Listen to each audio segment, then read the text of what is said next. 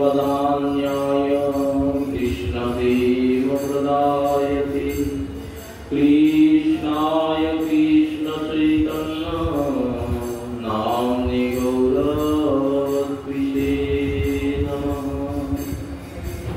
वरहाभिराभिरामं विगमदतिलकं कुण्डलाक्रान्तगण्डं कन्याक्षं कम्बुकण्ठं स्मितसुभगमुखं स्वाधरीनस्तवीनं श्यामं शान्तं त्रिभङ्गं रविकरवसनं भूषितं वैजयन्ता वन्दे वृन्दावनस्थं युवतिशतकृतं ब्रह्मगोपालवेशं नवीनाङ्गे हेमगौराङ्गीं प्रवरेन्दिवराम्बरं वृषभानुसुतं वन्दे कृष्णकान्तशिरोमणिं नारायणं नमस्कृत्यं नरं चैव नरोत्तमं देवीं सरस्वतीं व्यासं ततो जयमुदीरये वृन्दायै तुलसीदेव्यै प्रियायै केशवस्य च कृष्णभक्तिप्रदे देवी सत्यवत्यै नमो नमः। निगमकल्पतरोर्गलितं फलं सुखमुखादमृतद्रवसंयुतं पिबत भागवतं रसमालयं मुहुरहु रसिका भुवि भावुकाः यं प्रव्रजन्तमनुपीतमपीतकृत्यं द्वैपायनो विरहकातर आजुहाव पुत्रेति तन्मयोतया तर्वः विनिरुष्टं सर्वभूतहृदयं मुनिमानतोऽस्मि जन्माद्यस्य यतन्मयादितरतश्चार्थेष्वभिज्ञस्वराट् तेने ब्रह्महृदायादिकवये मुह्यन्ति यत्सूरयः तेजवारी मृदां यथा विनिमयो यत्र शरभं मृषा धाम्ना स्वीन सदा यस्तकुहकं सत्यं परं धीमहि तव कथामृतं तप्तजीवनं कविभिरीडितं कल्मषापहं श्रवणमङ्गलं श्रीमदाततं भुवि गृह्णन्ति ते भूरिदा जना।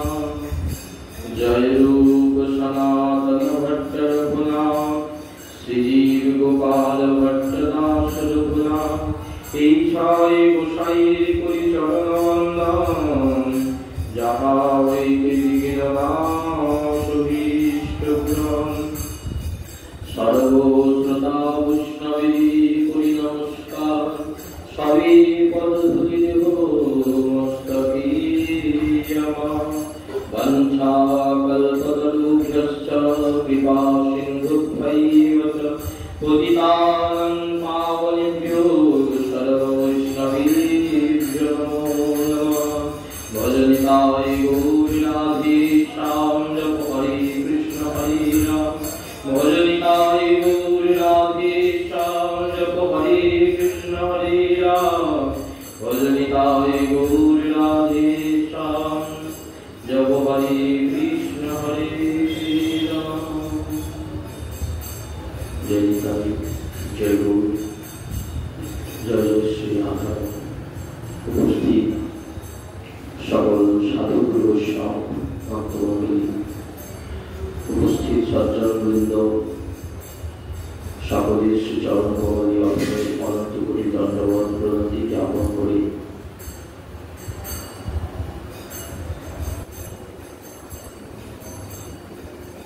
সমুপস্থিত শ্রীমদ্ ভাগবত ভগবানের চরণ কমলে বন্দনা পূর্বক আমার শিবাদাজি মহারাজ শিবাদাসায় সকলের চরণ বন্দনা পূর্বক আজকে পবিত্র ভাগবতী কথা শুভ সূচনার প্রারম্ভ লগ্নে সকলকে নিতাই চৈতন্যনাথ পিতা প্রীতি শুভেচ্ছা এবং প্রণাম। শ্রী রূপগোস্বামী পাদ তার কলমের মধ্যে উদ্ধৃত করলেন, অনর্বিত চরিণ চিরাদ করুণায় অবতীর্ণ কলু সমর্পয়িতু মহিমাতর উন্নত উজ্জ্বল রসাম স্বভক্তি শ্রিয়ম হরিপুরট সুন্দর দ্যুতি কদম্ব সন্দীপিত সদা হৃদয় কন্দরে স্ফুরতু শ্রী সচিনন্দন। অনর্পিত চরিণ চিরাদ, চিরকাল যে বস্তু অনর্পিত ছিল, চিরকাল অনর্পিত বলতে বলছেন সত্য ত্রেতা দ্বাপর, এই যে ত্রিযুগ, এই ত্রিযুগে অনর্পিত ছিল। সেই চিরকালের অনর্পিত যে বস্তু, কি বস্তু না, উন্নত উজ্জ্বল রস। শুধু বললেন না যে রস, তার আগে বিশেষণ দিলেন উন্নত উজ্জ্বল রস। উপনিষদ যাকে বলছেন রসবৈষব, সেই রস, তার গুণ কি না উন্নত উজ্জ্বল, এর থেকে উৎকৃষ্ট আর হতে পারে না। এবং এই রস সর্ব উজ্জ্বল। উজ্জ্বলতম বললেন কেন না, উজ্জ্বলতম বললেন এই কারণে, এর থেকে দ্যুতি সম্পন্ন, এর থেকে মহিমান্বিত আর কিছু হতে পারে না। তাই বলছেন উন্নত উজ্জ্বল রসা। সেই উন্নত উজ্জ্বল রসটা কি না, স্বভক্তি শ্রিয়ম,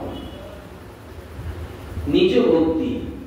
শ্রী চৈতন্য চরিতামৃত পাঠ কৃষ্ণদাস কবিরাজ গোস্বামী পাদ বলছেন তার লেখনীতে, চিরকাল নাহি করি প্রেম ভক্তি দান, প্রেম বিনা জীবের নাহি অধিষ্ঠা। অর্থাৎ গোবিন্দ নিজ মুখে বলছেন, আমি চিরকাল প্রেম দান করি না, কারণ প্রেম অতি গোপ্য, আমার অভ্যন্তরের, আমার নিজ ধন, নিজের জিনিস। এই প্রেম আমি যার কাছে দিই না। ভক্ত যদি ফিরে কবু ভক্তি মুক্তি দিয়া, কৃষ্ণ যদি ফিরে কবু ভক্তি মুক্তি দিয়া, কৃষ্ণ তার কাছে ভক্ত প্রার্থনা করছেন, কৃষ্ণ বলছেন ভক্তি চাই, আচ্ছা তোমাকে ভোগ্য বস্তু যা লাগবে দেব, মুক্তি তাও দিয়ে দেব। তথাপি নাহি দেন প্রেম রাখেন লুকাইয়া, তথাপি কৃষ্ণ প্রেম ধন চান, দেন না। যে ভক্ত প্রেম চান, কৃষ্ণ বললেন প্রেম পেতে গেলে তোমাকে পরীক্ষায় উত্তীর্ণ হতে হবে, তবে তুমি সেই প্রেম লাভ করবে। অনর্পিত চরিণ চিরাদ, চিরকাল এই প্রেম কেউ পায় না। বললেন সত্য যুগে কেউ পায় না, ত্রেতা যুগে কেউ পায় না, দাপরে কিঞ্চিত পেলেন, তাও একটি পরিসরের মধ্যে সীমাবদ্ধ রইল, সেই কি হলো বৃন্দাবন। ব্রজ বিনা ইহার অন্যত্র নাই বাস। বৃন্দাবন ব্যতীত অন্যত্র এই প্রেমের পরিসর প্রবেশ করল না। এই কলিতে কৃপা করে করুণাবতীর্ণ কল, এই কলিতে 28তম কলিতে কৃপা করে করুণা করে সেই গোলকপতি করি রাধা কৃষ্ণ মিলিত বিগ্রহ আমার গৌর সুন্দর করুণার অবতার অবতীর্ণ হয়ে নিজ হৃদয়ের স্বভক্তি রূপী প্রেম ধন সকল জীবের ধারে ধারে দিলেন। এই প্রেম পেল শ্রী চৈতন্য, দিল যথা কথা, যথা কথা সকলকে দিলেন। সেই শ্রী চৈতন্য মহাপ্রভু কলিযুগ পাবন অবতার, সর্ব অবতার শিরোমণি মহিমা পরতত্ত্ব পরমী হন। নবদ্বীপ সুরধনী গঙ্গার তীরে 24 বছর তার লীলা সম্পন্ন করে এই নীলাচল ভূমি শ্রীক্ষেত্র পুরী মাঝে আছেন নির্ভীত গম্ভীরায় কাশী মিশ্রের আলয়। সন্ন্যাস গ্রহণের পর আমার মহাপ্রভুর নাম হয়েছেন শ্রীকৃষ্ণ চৈতন্য।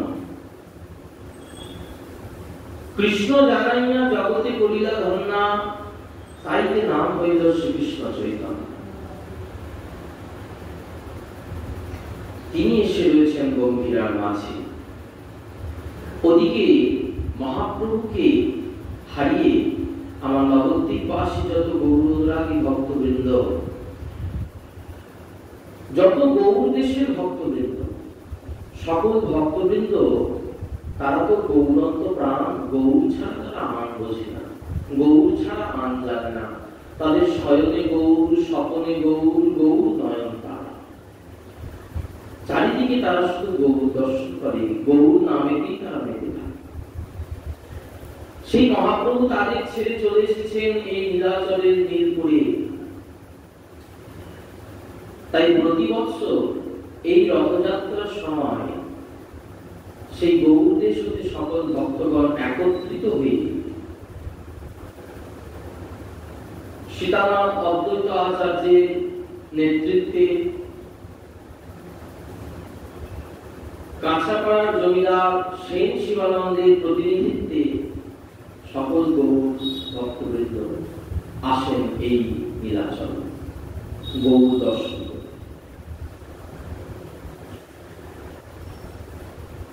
আজকে সেই দিন, সেই তিথি, গৌর দেশ হতে ভক্তগণ নীলাচলে এসেছেন। তাতে আছেন নবদ্বীপবাসী ভক্তগণ, পুরীগ্রামবাসী ভক্তগণ, শ্রীখণ্ডবাসী ভক্তগণ,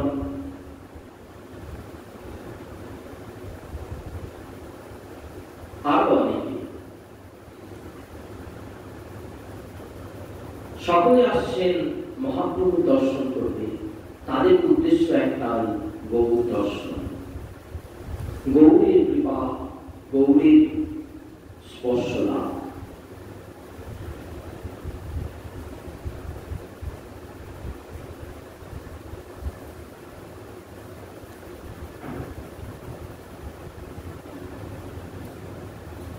মহাপ্রভু গম্ভীরায় স্বরূপ দামোদর, রামানন্দ রায়, গোপীনাথ আচার্য, সার্বভৌম ভট্টাচার্য প্রমুখ ভক্তগণ সঙ্গে নিয়ে আছেন। কেউ কেউ প্রভুর নিত্য সঙ্গী, কেউ কেউ প্রভুর নৈমিত্তিক সঙ্গী। মহাপ্রভু সকলের সঙ্গে রসাস্বাদনে মত্ত এই নির্মিত গম্ভীরায়। ওদিকে গৌরদেশবাসী ভক্তবৃন্দ মহাপ্রভুর দর্শন উৎকণ্ঠায় তারা বেরিয়ে পড়েছেন গৌর দর্শনে নীলাচলের উদ্দেশ্যে। এখনকার মতো এত সুন্দর, এত সুনির্মিত পাকা রাস্তা তো তখন ছিল না। তখন আসতে হতো জঙ্গলাকীর্ণ পথ ধরে। সেই জঙ্গলাকীর্ণ পথে আসতে প্রায় 3 মাস মতো সময় লেগে যেত। তার মধ্যে এই বর্ষা, কঠিন বর্ষা যদি ঢুকে যায় তাহলে জঙ্গলের পথে আর এগোনো যাবে না।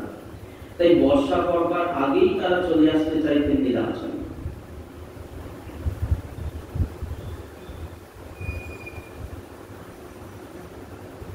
কাঁচাপাড়ার জমিদার সেন শিবানন্দ তার উপর এই নীলাচলে আসবার জন্য ভক্তদের যা যাবতীয় সমস্ত খরচ বহন করার ভার নষ্ট করেছেন।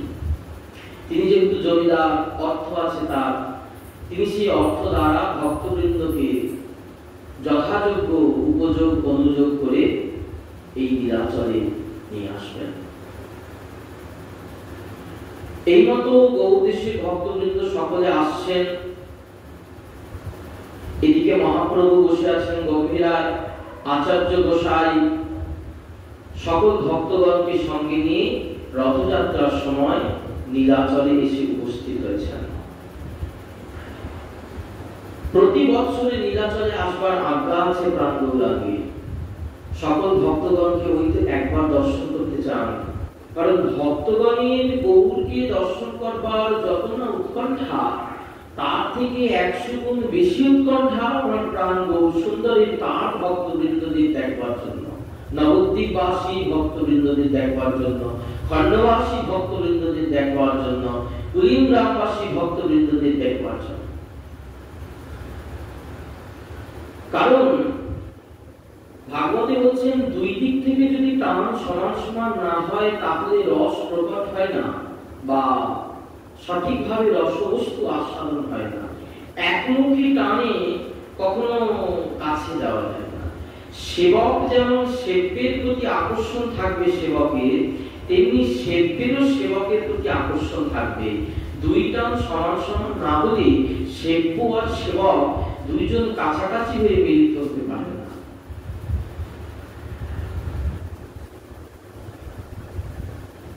কে কে আসছেন? চলিলেন ঠাকুর পণ্ডিত শ্রীনিবাস, যাহার মন্দিরে হইল চৈতন্য বিলাস। সেই নবদ্বীপের শিবাস অঙ্গনের শিবাস পণ্ডিত আসছেন, শ্রী চন্দ্রশেখর আচার্য আসছেন, সঙ্গে আছেন গঙ্গাদাস পণ্ডিত, পুণ্ডরীক বিদ্যানিধি, বক্রেশ্বর পণ্ডিত, প্রদ্যুম্ন ব্রহ্মচারী, নৃসিংহ ব্রহ্মচারী, ঠাকুর হরিদাস, বাসুদেব দত্ত, মুকুন্দ দত্ত, শিবানন্দ সেন, গোবিন্দানন্দ, গোবিন্দ দত্ত, সকলে মিলে আসছেন। আর সাথে আছেন সদাশিব পণ্ডিত, পুরুষোত্তম সঞ্জয়, শ্রীমান পণ্ডিত, নন্দন আচার্য, শুক্লাম্বর ব্রহ্মচারী, শ্রীধর পণ্ডিত, রাঘব পণ্ডিত, গোপীনাথ পণ্ডিত, শ্রীগর্ভ পণ্ডিত, বনমালী পণ্ডিত, জগদীশ পণ্ডিত,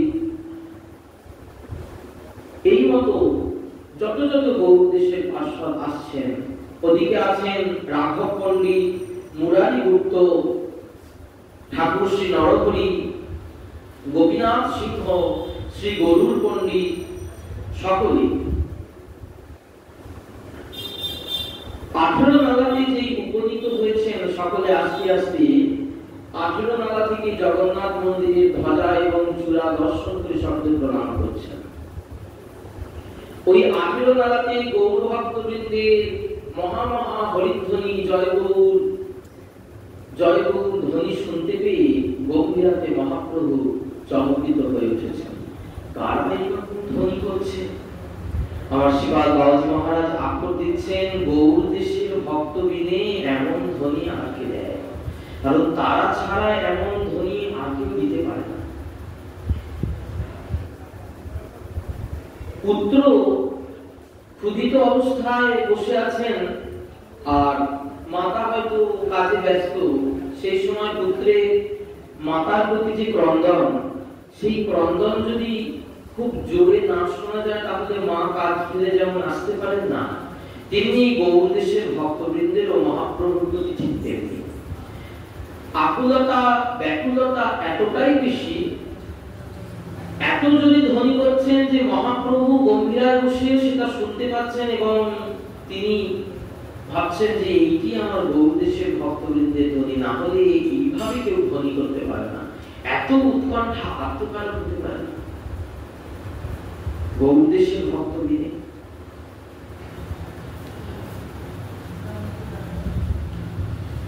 তাই 18 নাগাতে এসে সকলে প্রণাম করছেন জগন্নাথের ধ্বজা দর্শন করে। এই মত রঙ্গে মহাপুরুষ সকল মঙ্গলে আইলেন নীলাচল। কমলপুরীতে ধ্বজ প্রসাদ দেখিয়া পড়িলেন কান্দি সবে দণ্ডবত হইয়া। প্রভু জানিয়া ভক্ত গোষ্ঠীর বিজয়, আগু বাড়ি বাড়ি চিত্ত হইলা ইচ্ছাময়। অদ্বৈতের প্রতিয়তি প্রীতিযুক্ত হইয়া অগ্রে মহাপ্রসাদ দিলেন পাঠাইব। প্রভুর প্রিয় পাত্র অদ্বৈত আচার্য গোসাই তিনি এসেছেন কমলপুরেতে আছেন। মহাপ্রভু এখান থেকে আগে মহাপ্রসাদ পাঠিয়ে দিলেন। কি অদ্ভুত প্রীতি! প্রসাদ মানে প্রতিষ্ঠিত কৃপা। তাই গৌর দর্শনের আগেই গৌরের কৃপা চলে এলো। অর্থাৎ আমরা কোনো কিছু পেতে গেলে আগে তার কাছে যেতে হয়। বলেন আমার গৌর রাজ্যের বিপরীত রীতি। তার কাছে যেতে হলো না, তার কৃপা চলে এলো। আগে কৃপা হয়ে গেল, তারপর গিয়ে তারা দর্শন করবে। বলেন এই একমাত্র আমার গৌর রাজ্যে হয়, এ আর অন্য কোনো রাজ্যে হয় না।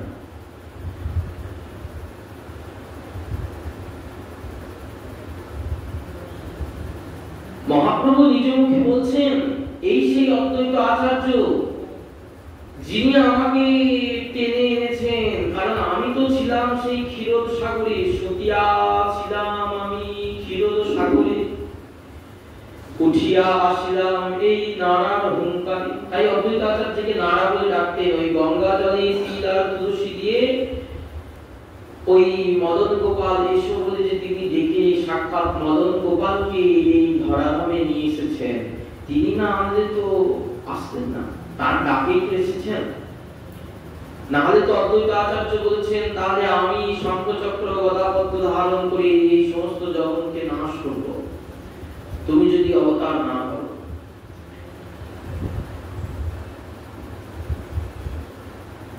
তাই মহাপ্রভু বারবার অদ্বৈত আচার্যের প্রতি ভক্তি করছেন এবং ভক্তিমূলক কথা বারবার তার মুখ দিয়ে ব্যক্ত করছেন। অদ্বৈতকে সিংহ বলছেন, অদ্বৈত সিংহকে ভক্তি করছেন মহাপ্রভু। এরপর সকল ভক্তগণ কমলপুর থেকে অদ্বৈত আচার্যের নেতৃত্বে নীলাচল পুরীর মন্দিরের উদ্দেশ্যে আগের দিকে আগাচ্ছেন। আর এইদিকে মহাপ্রভু গম্ভীরা হইতে ভক্তগণ স্বরূপ দামোদর, রামানন্দ রায়, গোপীনাথ আচার্য এই সকল ভক্তগণকে নিয়ে তিনি এগিয়ে চলছেন। গৌর দর্শন করবেন বলে গৌর ভক্তগণের এমনই অবস্থা, বলছেন কাহারও বাহ্য নাই, আশেপাশে কি হচ্ছে তাদের সেই ধ্যান সেই জ্ঞান কিছু নাই। তারা শুধু গৌর দর্শন করবার জন্য উৎকণ্ঠিত হয়ে ছুটছে। বর্ষাকালে যখন বৃষ্টি পড়ে সারা বছর ওই চাতক পাখি বৃষ্টির জল পান করেন না। চাতক কিন্তু বসে থাকে কখন বৃষ্টির জল আসবে সেই বৃষ্টির জল পান করবে। সারা বছর যত নদ নদী সরোবর থাকে কোথাও কোনো জল পান করে না। আমার গৌর দেশের ভক্তগণ ঠিক নেই। তারা গৌর মেঘ হতে যে বৃষ্টির ধারা, কৃপা বৃষ্টি, প্রেম বৃষ্টির ধারা ঝরে পড়ে, সেই প্রেম ধারা সেই বৃষ্টির ধারা পান করা বিনা তারা অন্য কিছু করে না। গৌর প্রেম নদীরা পানে তারা মত্ত।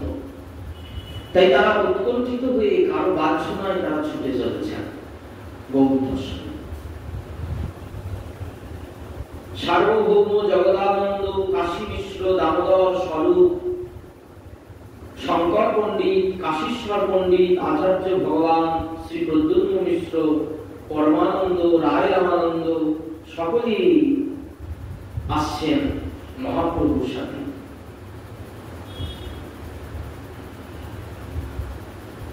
এদিকে মহাপ্রভু ছুটছেন সকল ভক্তগণকে দেখবার জন্য, সকল ভক্তগণকে আলিঙ্গন করবার জন্য, সকল ভক্তগণের পরশ পাবার জন্য। কারণ ওই যে নারদকে কি বলেছেন কথা, অনুব্রজাম অহং নিত্যম পূজয়তাম হৃদয়োগী। ভক্ত আমার কাছে যতক্ষণে না আসে আমি তার আগে ভক্তের পিছন পিছন ছুটে যাই। অনুব্রজাম অহং নিত্যম, আমি তার অনুব্রজা গ্রহণ করি।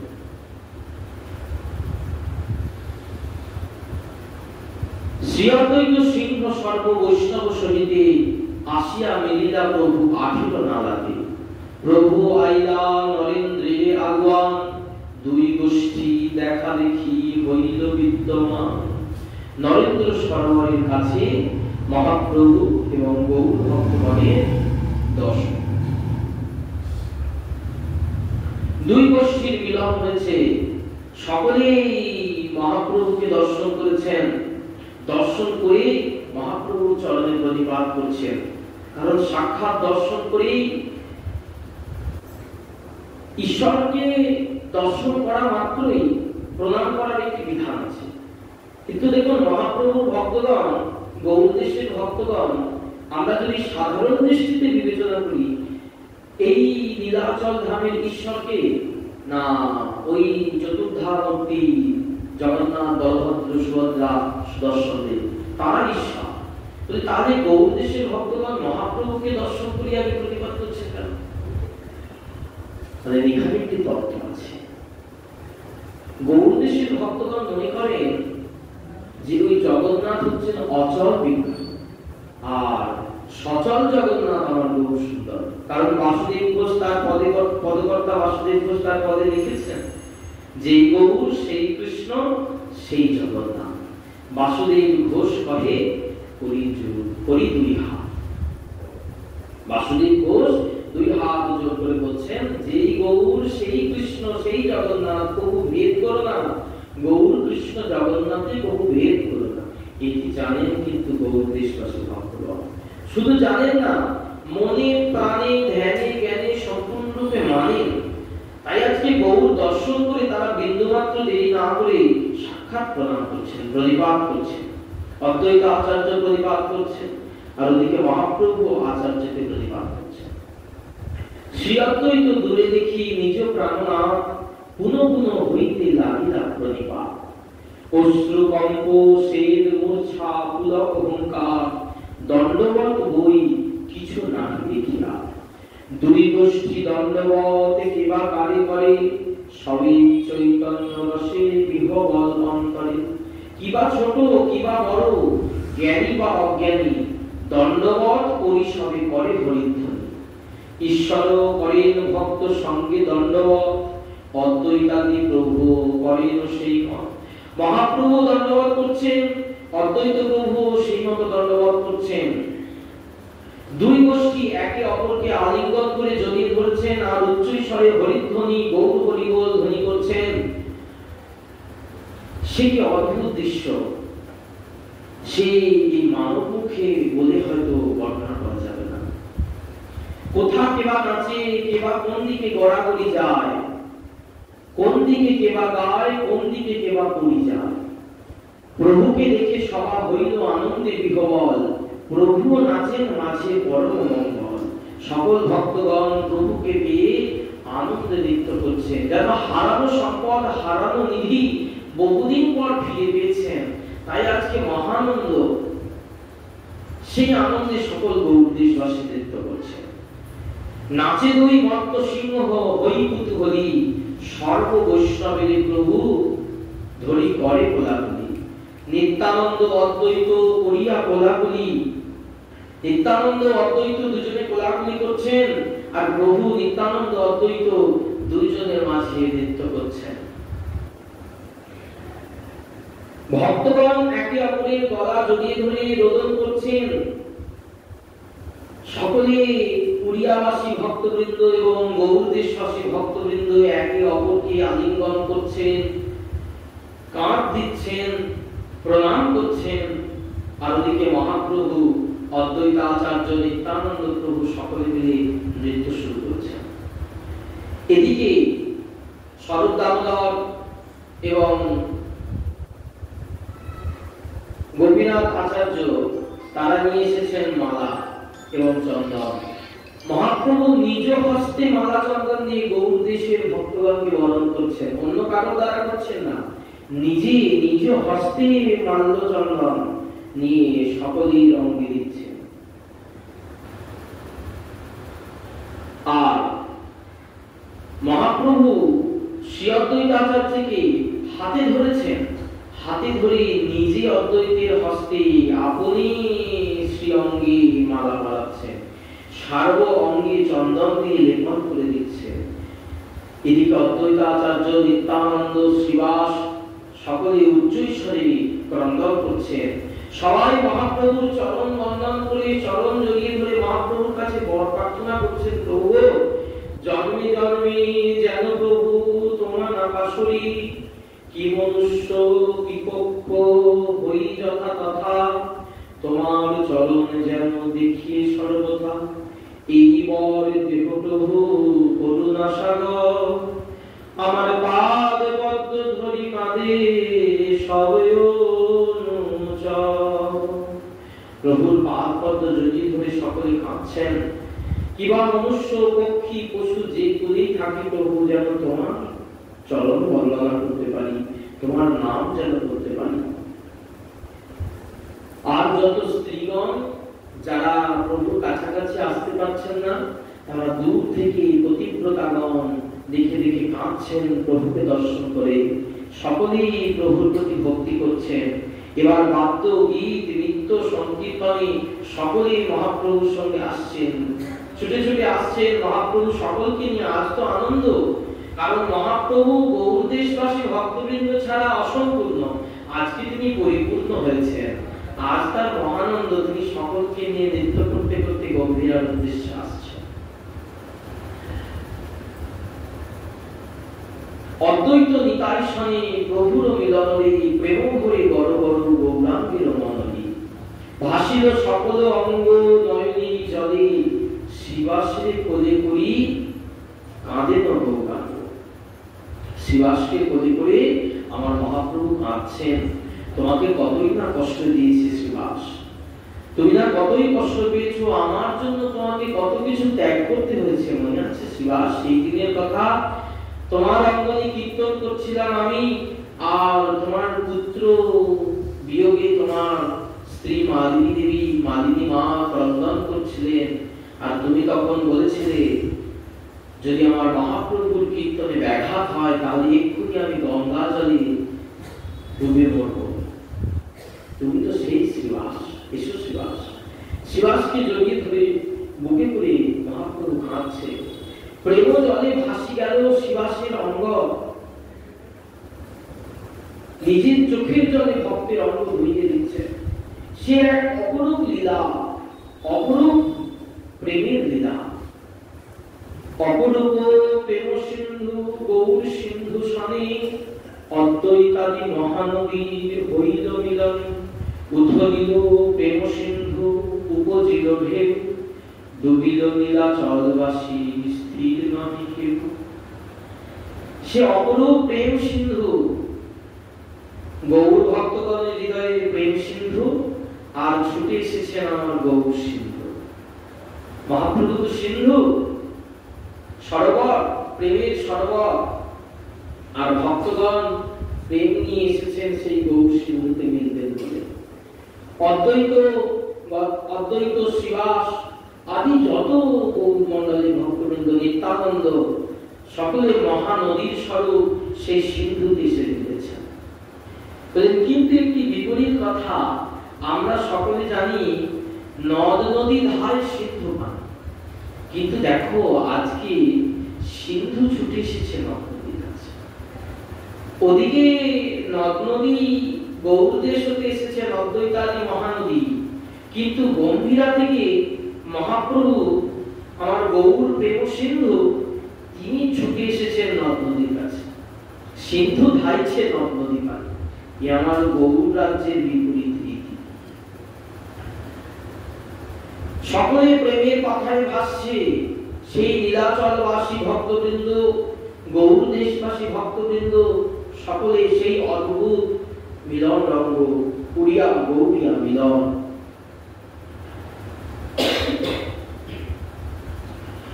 বাসু বসু রামানন্দ মুকুন্দ মুরারি, মুকুন্দ মুরারি হরিদাস দামোদর, সকলে মিলিলা সকল সহচর।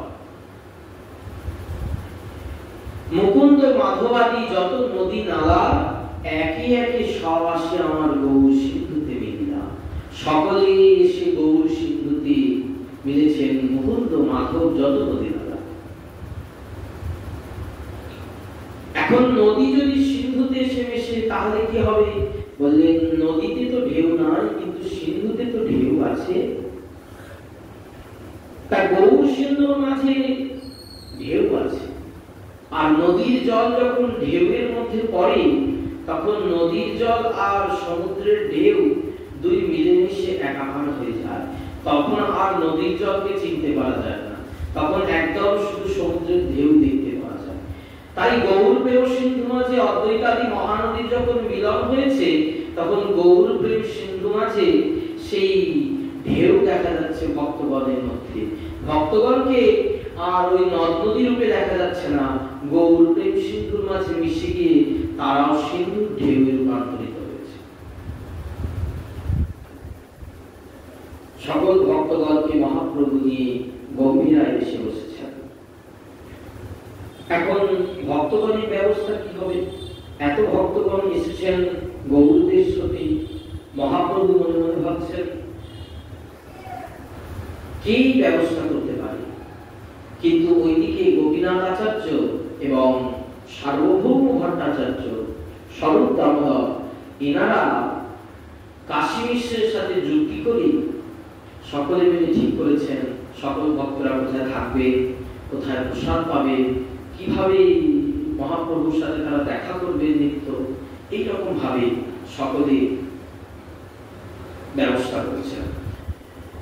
মহাপ্রভু বসে আছেন গম্ভীরার মধ্যে। সার্বভৌম ভট্টাচার্য এসেছেন বৈষ্ণব মিলন দর্শন করতে। গোপীনাথাচার্য, সার্বভৌম ভট্টাচার্য সকল দেখছে মহাপ্রভু সকল বৈষ্ণবকে নিয়ে বসে আছেন।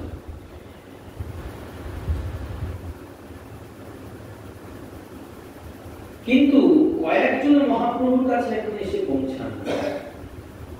তারা কারা? মুরারি গুপ্ত, ঠাকুর হরিদাস, এনারা মহাপ্রভুর কাছে আসেন। কিন্তু মহাপ্রভু সকল ভক্তগণকে দর্শন করে তাদের মধ্যে তার অন্তরঙ্গ মানুষজনদের না দেখতে পেয়ে বলছেন, আমার মুরারি কোথায়? তখন বললেন, মুরারি তো আপনার কাছে আসেননি, মুরারি বাইরেতে দণ্ডবত হয়ে পড়ে আছে, আপনি আনতে না গেলে মুরারি আসবে। মুরারি গুপ্ত কে? না, মুরারি গুপ্তই তো সেই ত্রেতা যুগে হনুমান। ত্রেতা যুগে যিনি হনুমান ছিলেন তিনি তো এবে মুরারি গুপ্ত। তাই ওই ত্রেতা যুগে হনুমান ছিলেন দাস্যরসের ভক্ত। আর দাস্যরসের ভক্তির মধ্যে একটা প্রাচীর থাকে যে ওই দাস এবং প্রভুর মধ্যে অতটা অন্তরঙ্গতা তৈরি হয় না যতটা অন্তরঙ্গতা মধুর রসে আছে। কারণ দাসে হনুমান দাস, রামচন্দ্র প্রভু, সেখানে রামচন্দ্রের আজ্ঞা পালনকারী হিসেবে হনুমান। রামচন্দ্র যা বলবেন তাই করবেন হনুমান। রামচন্দ্রের আজ্ঞা উল্লঙ্ঘন করে হনুমান কিছু করতে পারবেন না। তাহলে সম্যক রূপে প্রভুর অন্তরঙ্গতা লাভ করতে পারেননি হনুমান। সম্যক রূপে পেরেছেন, সম্যক রূপে না, সেই ক্ষেত্রটা থেকে গেছিল। তাই মুরারিগুপ্ত হয়ে গৌরলীলায় মহারাশির মধ্যে অংশ নিতে এসেছেন। যে যে আক্ষেপগুলো তাদের ছিল সেই আক্ষেপগুলো পূরণ করতে এসেছেন। তাই জন্য আজকে অভিমান দেখিয়ে গম্ভীরার বাইরে শুয়ে আছেন, দণ্ডবত হয়ে পড়ে আছেন, আমাকে প্রভু কই আনতে এলো না। এটা কিন্তু হনুমান তো অবতারে হতো না। হনুমান কিন্তু এই অভিমানটা প্রভু রামচন্দ্রের প্রতি দেখাতে পারতেন না, কারণ তিনি আজ্ঞাবহ দাস। তার দাস অভিমান, দাস কখনো প্রভুর উপর এই ধরনের চিন্তা ভাবনা বা এই ধরনের মনোভাব পোষণ করতে পারে না। এই প্রাচীরটা পার করে প্রভুর অন্তরঙ্গতা আরো লাভ করবার জন্য মুরারিগুপ্ত হয়ে এসেছেন এই লীলাতে। তাই মুরারিগুপ্ত দণ্ডবত হয়ে পড়ে আছেন। মহাপ্রভু ছুটে গেছেন গম্ভীরার দ্বারে, ছুটে গিয়ে ডাকছেন, মুরারি, ও মুরারি, ওঠো। অমনি মুরারিগুপ্ত উঠে দাঁড়িয়ে প্রভুর কাছে হাত জোড় করে বলছেন, প্রভু তুমি আমাকে ছুঁয়ো না। কেন মুরারি, তোমাকে ছোঁবো না কেন? মোরে না ছুঁইয়ে প্রভু মুই তো পানব, তোমার স্পর্শ যোগ্য নহে এই কলেব। প্রভু তুমি আমাকে ছুঁয়ো না, আমারই দেহ, আমি অস্পৃশ্য, আমারই দেহ দ্বারা তোমাকে স্পর্শ করার যোগ্য নয়, এই দেহ তোমাকে স্পর্শ করার যোগ্য নয়, তুমি আমাকে ছুঁয়ো না। দেখুন মহাপ্রভু যত গৌরদেশবাসী ভক্তবৃন্দ, মহাপ্রভুর ভক্তগণের বৈরাগ্য প্রধান, আর মহাপ্রভুর ভক্তগণের এই দৈন্য প্রধান। যাহা দেখি খুশি হন গৌর ভগবান, এই দৈন্যেই গৌর বশ। উত্তম হইয়াও নিজেকে অযোগ্য মনে করছেন যে প্রভু মুরারিগুপ্ত যিনি হনুমন্ত লাল স্বয়ং, তিনি নিজেকে বলছেন যে আমি তোমার স্পর্শ করার যোগ্য নই। এতটা দৈন্য মহাপ্রভু সহ্য করতে পারছেন না। মহাপ্রভু বলছেন মুরারি, ও মুরারি, প্রভু কহে মুরারি করো দৈন্য সম্বরণ, তোমার দৈন্য দেখি মোর বিদীর্ণ হয়। মুরারি তুমি দৈন্য সম্বরণ করো, তোমার এই দৈন্য দেখে আমার মন বিদীর্ণ হয়ে যাচ্ছে, আমি সহ্য করতে পারছি না মুরারি।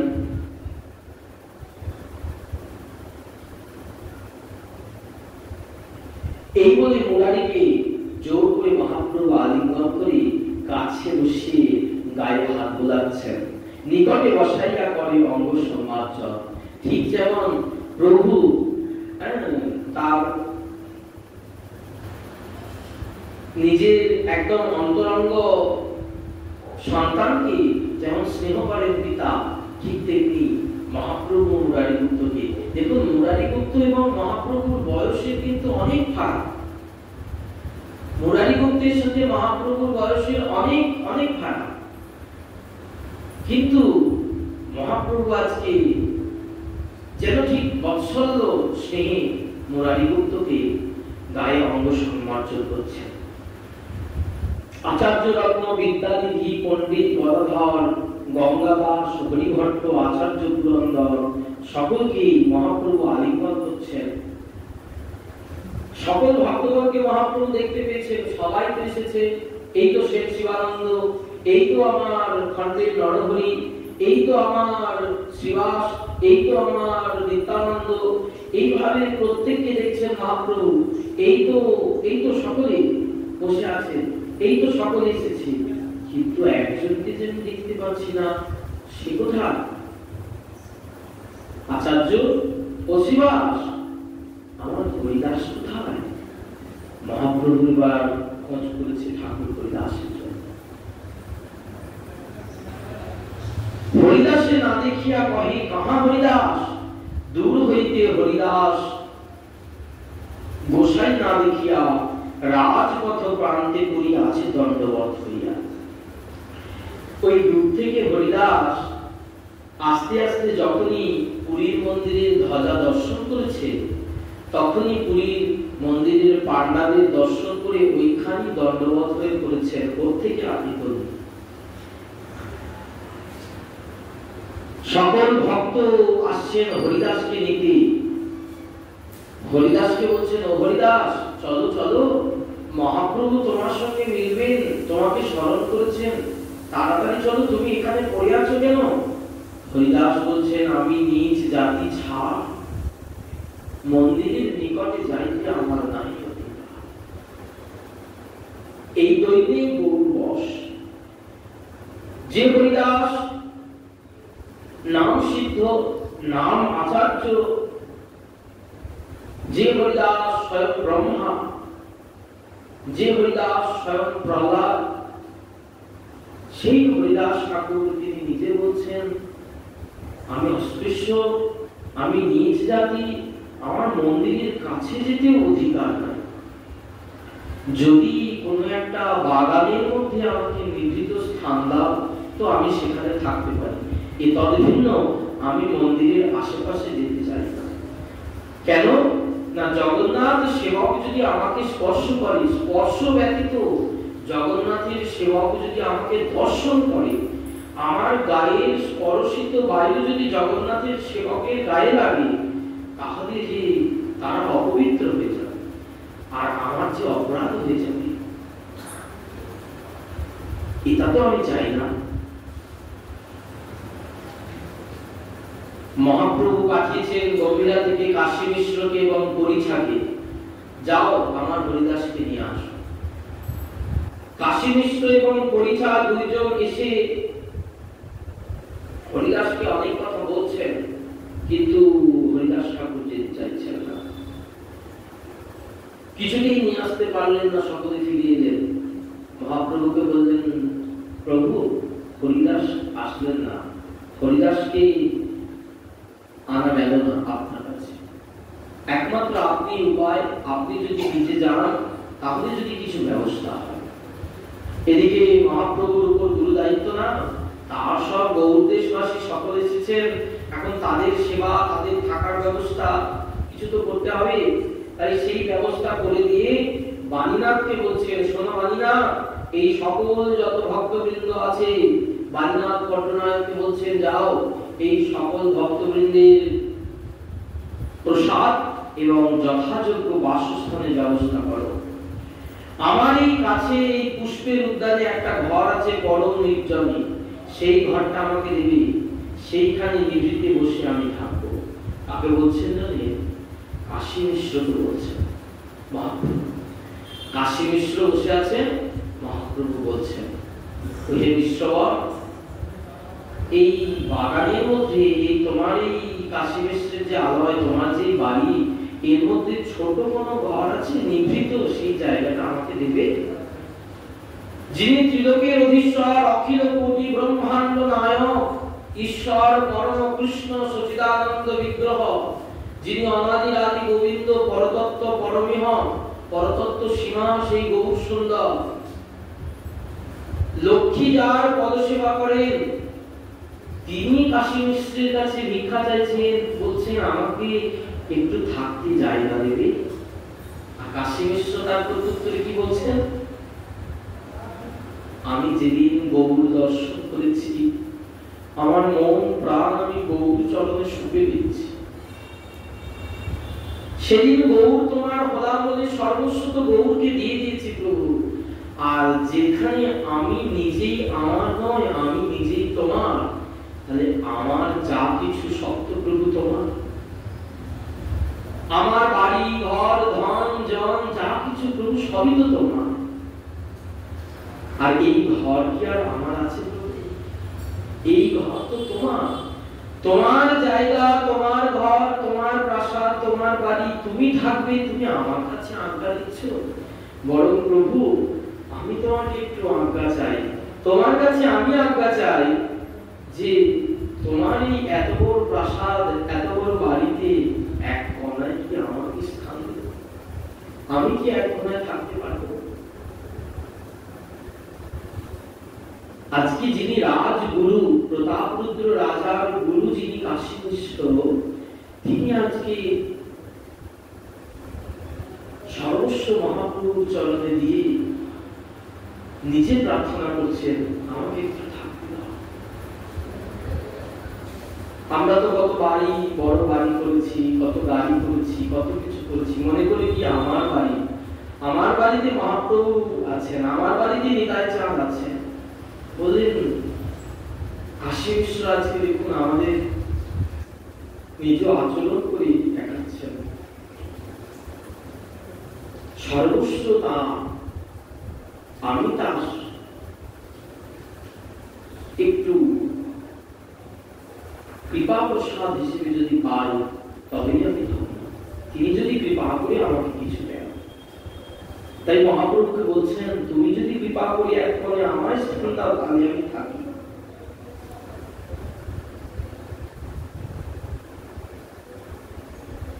মিশ্র কহে, সব তোমার, চাহো কি কারণে, আপন ইচ্ছায় লব যেই তোমার মনে। আমি দুই হই তোমার দাস আজ্ঞাকারী, যেই চাহো সেই আজ্ঞা দেব কৃপা। গোপীনাথ পট্টনায়ক, বাণীনাথ পট্টনায়ক সকলেই গৌর দেশবাসী ভক্তবৃন্দকে বাসা দেখিয়ে দিচ্ছেন। বাণীনাথের কাছে মহাপ্রসাদ এসেছেন, বহু প্রসাদ বহু পিঠা নিয়ে এসে সকল ভক্তগণকে দিচ্ছেন। মহাপ্রভু নিজে হাতে পরিবেশন করছেন, ভগবান নিজে হাতে আজকে ভক্তের সেবা দিচ্ছেন। ওদিকে ভক্তগণে সকলে প্রসাদ ভক্ষণ করে এবার মহাপ্রভু বললেন, যাও জগন্নাথ দর্শন করবে, সমুদ্রে স্নান করবে, গৌরীর পাশে ভক্তগণকে আজ্ঞা করে মহাপ্রভু গম্ভীরা থেকে বেরিয়ে চলেছেন। এই একটি উদ্দেশ্য, হরিদাস ঠাকুরের দর্শন। নিজে দর্শন দেবেন, আনুষঙ্গে দর্শন করবেন, এইটার উদ্দেশ্য।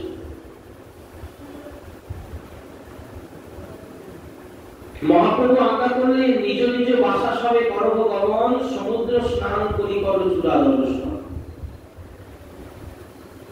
তবে আসি ইহ করিবে ভোজন। তারপর এখানে এসে ভোজন করবে। মহাপ্রভু আইলা তবে হরিদাস মিলানে, হরিদাস করে প্রেমী নাম সংকীর্তন। বলছেন হরিদাস ঠাকুর যে পড়ে আছেন, প্রভু যে ছুটে আসছেন, বললেন এক তো প্রেমের টান আছে, হরিদাসের সাথে মহাপ্রভুর সম্বন্ধ প্রেমের সম্বন্ধ, প্রেমের টানে গৌর ছুটে আসছেন। প্রেমের রশিতে যখনই টান করেন তখনই ভগবান ভক্তের কাছে ছুটে আসেন। বলেন এই প্রেমের রশিটা হরিদাস কিভাবে তৈরি করছেন?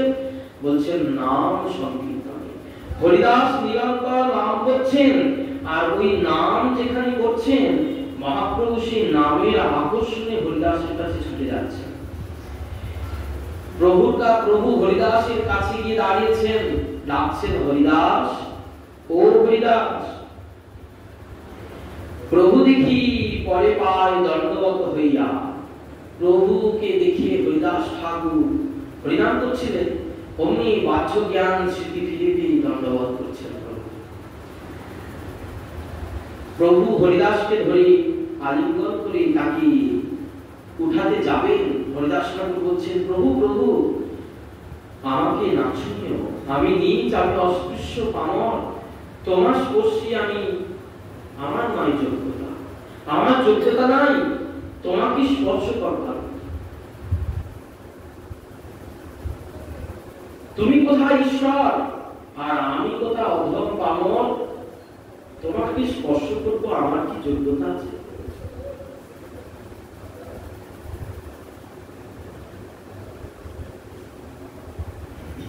মহাপ্রভু হরিদাস ঠাকুরকে বলছিল, হরিদাস তুমি দৈন্য ছাড়ো, তোমার এই দৈন্য তুমি অন্য কোথাও দেখিও, আমার কাছে দেখিও না।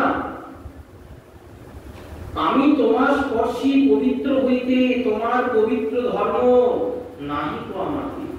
তোমাকে কেন স্পর্শ করি জানো? আমি পবিত্র হওয়ার জন্য তোমাকে স্পর্শ। ওই যে অনুব্রতাম অহং নিত্যম পূজয় তাম ধীরেভি, ভক্তের পিছু পিছু আমি ছুটি কেন জানো? কারণ পুত্র যদি অপরাধ করে তাহলে সেই অপরাধ পিতার গায়ে লাগে, শিষ্য যদি পাপ করে সেই পাপ গুরুর গায়ে লাগে। আর এই জগতের যত যত নরনারী সকলে তো আমার পুত্র সন্তান, আমার শিষ্য, সকলের পিতা তো আমি, জগতের পিতা কৃষ্ণ। তাই জগৎবাসীর পাপের সম্পূর্ণ পাপ তো আমার উপরে লাগে, তাহলে আমি কোথা গেলে স্পর্শ করে পবিত্র হব? তখন নারদ ঋষি বলেছিলেন, কেন তুমি গঙ্গায় স্নান করো? সদ্যপাত সংহন্ত্রী শোক দুঃখ বিনাশিনী সুখদা মুক্তদা গঙ্গা গঙ্গৈব পরমাগতি। তখন বলেন, যে গঙ্গায় আমার বাম চরণের বুড়ো আঙুল থেকে সৃষ্টি, সেই গঙ্গাতে আমি ডুব দিলে কি আমার পাপ ক্ষয় হবে? আমার দেহের ওই মলিন অঙ্গ থেকেই তো গঙ্গার সৃষ্টি হচ্ছে। তখন বলছেন, তাহলে কি উপায়? তখন ভগবান নিজে নিজে বিচার করলেন, অনুব্রজা অহং নিত্যম পূজয় তাম ধীরেভি, আমি ভক্তের পিছন পিছন অনুগমন করব। কেন করব? বলে ভক্ত ভগবানের পিছনে ছুটবে, এটি স্বাভাবিক। ভগবান কেন ভক্তের পিছনে ছুটবে? বলেন ভক্ত যখন আগিয়ে আগিয়ে যাবেন, ভক্তির ওই ভক্তি মিশ্রিত, ভক্তি তো ভগবানের কাছে না, ভক্তির অধিকারী কেবল ভক্ত, ভক্তিমান ভক্ত। তাই ভক্তির যা কিছু সবই ভক্তি মিশ্রিত। আর সেই ভক্তি মিশ্রিত চরণ রেণু, ভক্তি মিশ্রিত অঙ্গের বাতাস উড়ে এসে যখন আমার গায়ে লাগবে, যখন ভক্তের ভক্তি মিশ্রিত চরণ তুলা আমার অঙ্গে উড়ে এসে লাগবে, তখন আমি এই তাপিত অঙ্গ শীতল, আমার তখন হৃদয় ঠান্ডা হবে। তাই তোমার স্পর্শে আমি পবিত্র হতে। দাস, তুমি যে নামাচার্য, তুমি যে নাম করো, নামের দেহ তোমার, ক্ষণে ক্ষণে করো তুমি সর্বতীর্থে স্নান, প্রতিটা ক্ষণে ক্ষণে তুমি করো সমস্ত তীর্থে স্নান।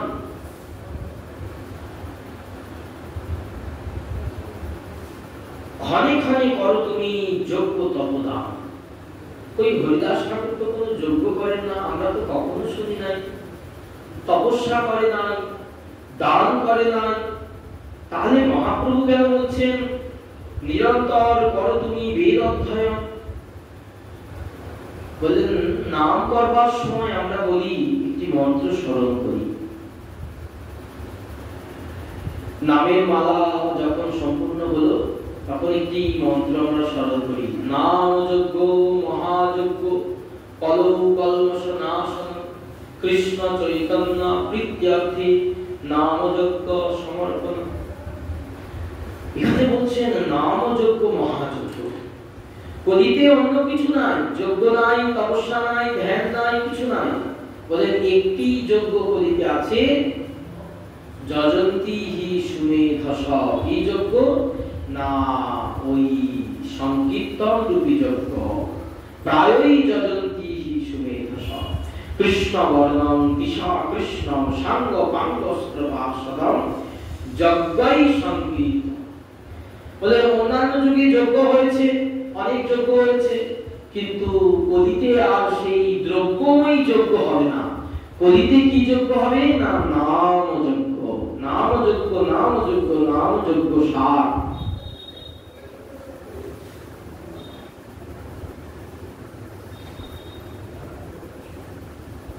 তাই হরিদাস ঠাকুর সেই নামকে আশ্রয় করেছেন। তাই বললেন তুমি ক্ষণে ক্ষণে করো মহাযজ্ঞ। একবার নাম নেওয়া মাত্রই তুমি বড় বড় যজ্ঞ সম্পন্ন করছো, মহাযজ্ঞ সম্পন্ন করছো, তপস্যা করছো। আর কি দান করছেন? বলেন এই জগৎ জীবকে হরিনাম শুনিয়ে তুমি যে ধন্য করছো, এই তো মহাদান। এর থেকে বড় দান তো আর কিছু হতে পারে না। বললেন কাউকে যদি আমি 100 টাকা ভিক্ষা দিলাম, বললেন সেটি দান করা হলো বটে, কিন্তু সম্যক রূপে দান হলো না। কারণ ওই 100 টাকা দিয়ে তার 2 দিনের খরচ কোনো রকমে চলে যেতে পারে, 2 দিনে সে খেতে পারবে, 3 দিনের দিন কিন্তু তাকে আবার হাত পেতে ভিক্ষা করতে হবে। তাহলে তার ওই ভিক্ষাবৃত্তির রূপী যে দুঃখটা, সেই দুঃখটা কিন্তু আমরা মোচন করতে পারলাম। কিন্তু মহাপ্রভু এমনই মহাবদান্য অবতার, এমনই মহাদান তিনি দিয়ে গেলেন, জন্মে জন্মের দুঃখ মোচন হয়ে যাবে। সেই হরিনাম প্রেম রূপী মহাদান দিয়ে জন্মে জন্মে জীবের দুঃখ মোচন করছে। আর হরিদাস ঠাকুর সেই হরিনাম আশ্রয় করছেন। তাই বলছেন ক্ষণে ক্ষণে করো তুমি যজ্ঞ তপদান। আর কি বলছেন? নিরন্তর করো তুমি বেদ অধ্যয়ন। হরিদাস ঠাকুর তো বেদ পড়েননি, বেদ অধ্যয়ন করছেন না। বললেন কেন? বললেন সর্ব বেদের সারই এই হরিনাম। নিগম কল্পতর লোকলিতম ফলম সুখ মুখার অমৃত দ্রব সংযুতম। ওই নিগম রূপী বেদ কল্পবৃক্ষের গলিত ফল হলেন শ্রীমদ্ ভাগবত। আম গাছের ওই বাকলটাকে একটুখানি ছিঁড়ে নিয়ে যদি চেবানো হয়, তাহলে কি আমের মতো মিষ্টি লাগবে? বলেন না, লাগবে না। আম গাছের ডাল একটুখানি নিয়ে চেবালে বলেন মিষ্টি লাগবে না। বলে পাতা চেবালে বলেন মিষ্টি লাগবে না। বলে আমের মুকুলটা চেবালে বলে তাও লাগবে না। বলে ওই আম গাছের শিকড়টা যদি চেবাই তাহলে তো মিষ্টি লাগবে। বলে না, তাও লাগবে না।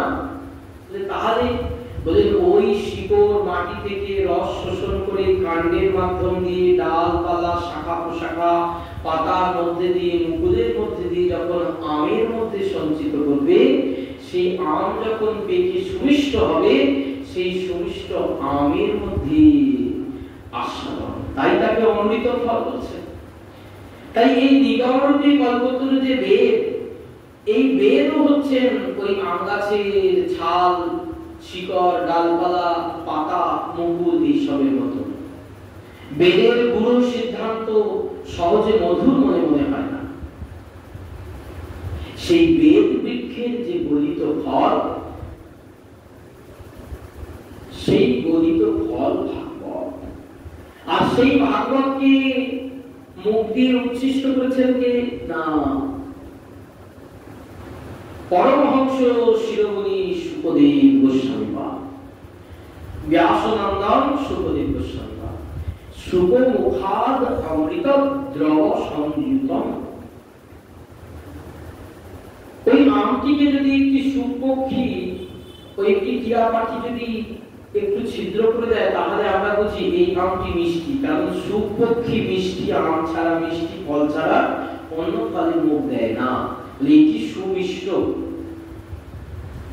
তাই শুকপক্ষীর অমৃত, মুখামৃত, রসনামৃত, বদনামৃত ওই ভাগবতের মধ্যে মেশানো আছে। তাই তো বেদব্যাস ও সুখদেবের কাছে ভাগবত শুনলেন। যিনি ভাগবত প্রকট করলেন, তিনিও তার পুত্রের কাছে বসে ভাগবত শ্রবণ করলেন। বলেন তার যেটা লাভ হয়নি, শুকের মুখ থেকে সেই ভাগবত শুনে তার লাভ হলো। অমৃত দ্রব সংযুতম। সংযুতম বলেন, সংযুতম কথাটি কেন বলছেন? অন্য কথা বললেন না কেন? বলেন সংযুতম মানে সংযুতিতে মেশানো আছে, সঠিক অনুপাতে মেশানো আছে। আপনি শরবত তৈরি করতে বসেছেন, তাতে যদি 5 চামচ চিনি দিয়ে 1 চামচ জল দেন, তাহলে শরবত হবে। বলেন 1 গ্লাস জলে 2 চামচ চিনি অল্প লবণ দিয়ে তবেই সুমিষ্ট শরবত তৈরি হবে। বলেন সঠিক সংযুতিতে যদি না দেওয়া যায়, সেটি সুমিষ্ট আস্বাদনযোগ্য শরবত বানানো হয় না। ঠিক তেমনি এই ভাগবতের মধ্যেও সম্পূর্ণরূপে রস সংযুত পরিমাণে দেওয়া আছে, অমৃত দ্রব সংযুতম। কিন্তু এই রস পান করবেন কে? পিবতম ভাগবতম রসমালয়ম। বলে এই ভাগবত যে ফল, এর মধ্যে কোনো শক্ত অংশ নেই, তাহলে পিবতম কথাটি বলতেন না। বলেন পান করবে যা জিনিস, সেই জিনিসের মধ্যে শক্ত অংশ থাকলে পান করতে পারবেন না। পুরোটাই রস, রসমালয়ম, রসের আলয়, সম্পূর্ণ রসে পরিপূর্ণ। মুহুর্মুহু রসিকা ভবি ভাবুকা। সেই রসিক, সেই ভাবুক ভক্তবৃন্দ, তারা সকলেই এই ভাগবতের রস পান করবেন। যারা সাধুগুরু বৈষ্ণবের কৃপায় তাদের আশ্রয় করে রসিক ভাবুক হয়েছেন, তাদের চরণতলে বসে আমরা আস্বাদন করব। আমরা তো রসিক ভাবুক হতে পারি নাই। যারা রসিক ভাবুক হয়েছে, তাদের আনুগত্যে আমরা আস্বাদন করব। তাই এই যে বেদ, এই যে বেদ অধ্যয়ন করছেন হরিদাস ঠাকুর, মহাপ্রভু শ্রীমুখে বলছেন তুমি বড় বেদ অধ্যয়ন। তাহলে এই বেদের গলিত ফল হলো ভাগবত। আর এই ভাগবতের শেষে গিয়ে বলছেন কলের দোষ নিধির রাজন নাস্তি ঝেকো মহৎ গুণ কীর্তনাদ এব সঙ্গস্য মুক্ত সঙ্গ পরম ব্রজে। একমাত্র এই কলিযুগে হরি গুণানুকীর্তন পরম ধর্ম। কি হরি গুণ কীর্তন করবেন? সেই ভাগবতের সর্ব অন্তিম শ্লোকে কি বলছেন?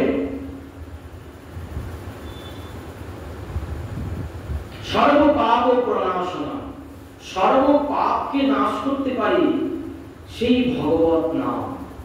নাম সংকীর্তনম যস্য সর্ব পাপ প্রণাশনা। একমাত্র হরিনাম। আর হরিদাস তুমি সেই হরিনাম আশ্রয় করছো, তাই তুমি করছো বেদ অধ্যয়ন। যে বেদের সার ভাগবত, যে ভাগবতের সার হলো হরিনাম, নববিধা ভক্তি, তুমি সেটি যাপন করছো। আর সর্বোপরি আমার লোচন দাস ঠাকুর কি বলছেন, চারি বেদ সরদর্শন করিয়া অধ্যয়ন, সে যদি গৌরাঙ্গ নাহি বৃথাকার অধ্যয়ন, লোচন বিহীনজন দরপণে অন্ধে কি বা আছে। চারি বেদ সরদর্শন করেও যদি গৌর না ভজে, গৌর না বলে, তাহলে তার সমস্ত অধ্যয়ন বৃথা। কিন্তু বেদ বিদ্যা বহু কিছু নাহি জান, সে যদি আমার গৌরাঙ্গ জানে সার, বৃথা তার, সে যদি গৌরাঙ্গ জানে সার, নয়নানন্দেতে ভনি, সেই তো সকলই জানে সর্বসিদ্ধি কর্তা। তাই বলছেন নয়নানন্দ ঠাকুর, বলছেন লোচন দাস ঠাকুর, নয়নানন্দ ঠাকুর বলছেন সর্বসিদ্ধি কর্তা। হরিদাস, তুমি তো গৌরবিনী আনজান না, তাই সর্বসিদ্ধি তোমার, তুমি বেদ অধ্যয়ন করো। দ্বিজ ন্যাসী হইতে তুমি পরম পাবন। মহাপ্রভু এই উক্তিটি কবিরাজ গোস্বামী পাদ শাস্ত্র প্রমাণ দিচ্ছেন। অহবত সপচহত গুরিয়ান জজ্জিহবাত্রে পরততে নামতুভ্যম তেপুস তপস্তি জুহুবহু সস্নুরাজা ব্রহ্মাণু চূর্ণাম গৃহন্তি এতে। যার মুখে ভগবানের নাম, তিনি সপচ হলেও শ্রেষ্ঠ।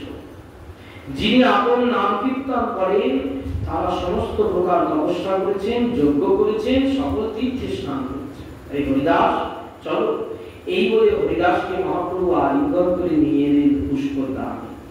অতি নিভৃতে তাকে স্থান দিলেন। এই স্থানে রহি কর নাম সংকীর্তন, প্রতিদিন আসি আমি করি অভিনয়। তোমার সঙ্গে প্রতিদিন আমি সেখানে দেখা করব, চিন্তা করো না, তুমি নিভৃতে এই গোপনে থাকো। আর প্রতিদিন মন্দিরের চক্র দর্শন করবে, চক্র দর্শন করে তুমি প্রণাম করবে। এইখানে তোমার জন্য আমি আসবো এবং প্রসাদ আসবে। এই বলে সকলে মহাপ্রভু হরিদাস ঠাকুরের কাছ থেকে বিদায় নিয়ে সমুদ্র স্নানে গেলেন। সমুদ্র স্নান করে গম্ভীরা ফিরে এলেন। নিত্যানন্দ, জগদানন্দ, দামোদর, মুকুন্দ সকলে হরিদাস ঠাকুরের সঙ্গে মিললেন। মিলে সকলে হরিদাস ঠাকুরকে আলিঙ্গন করে সকলে মিলে মহাপ্রভুর গম্ভীরায় ফিরে এসে মহাপ্রভুর কাছে বসে সকলে মহাপ্রভুর বদন শোভা আস্বাদন করছেন। এই বহুদেশের ভক্তগণ মহাপ্রভুর গম্ভীরায় এসে মহাপ্রভুর সাথে যে মিলন, যে রঙ্গ, যে লীলা, বহু বছর পর তারা গৌরকে পেয়ে তাদের মনের যে আনন্দ, তাই উড়িয়া গৌরিয়া মিলন। এই মহাপ্রভুর সময়কালে এই লীলা বহু বছর ধরে সংগঠিত হয়েছে, কিন্তু মহাপ্রভুর অপ্রকটের পর অনেক বছর কেটে যাওয়ার পর এই লীলা প্রায় বিলুপ্ত হয়ে গেছিলেন। আমাদের পরম পূজ্যপাদ শ্রী শ্রী দাদামশাই তিনি এই পুরীধামে যখন এলেন, তখন দেখলেন চৈতন্য চরিতামৃতে, চৈতন্য ভাগবতে বর্ণিত যে রথযাত্রা, যে মিলন রঙ্গ, যে আনন্দ, সেই আনন্দের আর লেশমাত্র এই লীলাচলে নেই। তখন তিনি মনে মনে সিদ্ধান্ত করলেন যে সেই আনন্দ যদি পুনঃপ্রকট করা যায় মহাপ্রভু, তাহলে তো খুব ভালো হয়। তিনি নিজে বসে লীলাচলে জগন্নাথ মন্দিরের পূজারী গম্ভীরার মহন্ত মহারাজ, আরো সকলে ভক্তগণকে, পুরীর মহারাজ, এনাদেরকে নিয়ে যুক্তি করে এই লীলা পুনরায় প্রকাশ করার সিদ্ধান্ত নিলেন। এবং আমাদের পরম পূজ্যপাদ শ্রীপাদ বাবাজী মহারাজ তার উপর নষ্ট করলেন কীর্তনের ভাব। চৈতন্য ভাগবত, চৈতন্য মঙ্গল, চৈতন্য চরিতামৃত প্রভৃতি মহাপ্রভু বিষয়ক গ্রন্থ থেকে পদ সংগ্রহ করে তাতে যথাযোগ্য আখর আরোপিত করে আমার বাবাজী মহারাজ কীর্তন প্রকাশ করলেন। সেই কীর্তন অদ্যপিও তার অনুগত দাস দাসীরা আস্বাদন করছেন সকলের আনুগত্যে, পরম পূজ্যপাদ সকল গোস্বামী বর্গের আনুগত্যে এই নীলাচল ধামে এসে শ্রীপাদ বাবাজী মহারাজ এবং তার গণ সকলেই আস্বাদন করেন, করছেন। আজকে আমাদের গম্ভীরায় আমরা আস্বাদন করেছি সেই পুরিয়া গৌরিয়া মিলন প্রসঙ্গ, সেই কীর্তন। তাই তারা যদি আজকে আমাদেরকে এই লীলা না জানাতেন, না সন্দর্শন করাতেন, তাহলে হয়তো আমরা এই অপরূপ মিলন রঙ্গ পুনরায় দর্শন করতে বা পুনরায় এই মিলনে অংশ নিতে পারতাম না। তাই মহাপ্রভু তার সপার্শ্বদ সকল ভক্তবৃন্দের শ্রীচরণ কমলে দণ্ডবোধ করি, আমার শ্রীপাদ বাবাজী মহারাজ শ্রীপাদ দাদামশাইয়ের শ্রীচরণ কমলে দণ্ডবোধ করি, সম্মুখস্থিত ভক্তমণ্ডলী সকল ব্রাহ্মণ বৈষ্ণব ভক্তবৃন্দে শ্রীচরণ কমলে দণ্ডবোধ প্রণতি জ্ঞাপন করি। আজকে ভাগবতী কথা বিশ্রাম রাখি। জয় নিতাই, জয় গুরু, জয় জয় শ্রী রাধা। ভজনিতাই গৌর রাধে শ্যাম, জপ হরে কৃষ্ণ হরে রাম। ভজনিতাই গৌর রাধে শ্যাম, জপ হরে কৃষ্ণ হরে রাম। ভজনিতাই গৌর রাধে শ্যাম, জপ হরে কৃষ্ণ হরে রাম। জয় जय श्री राधे।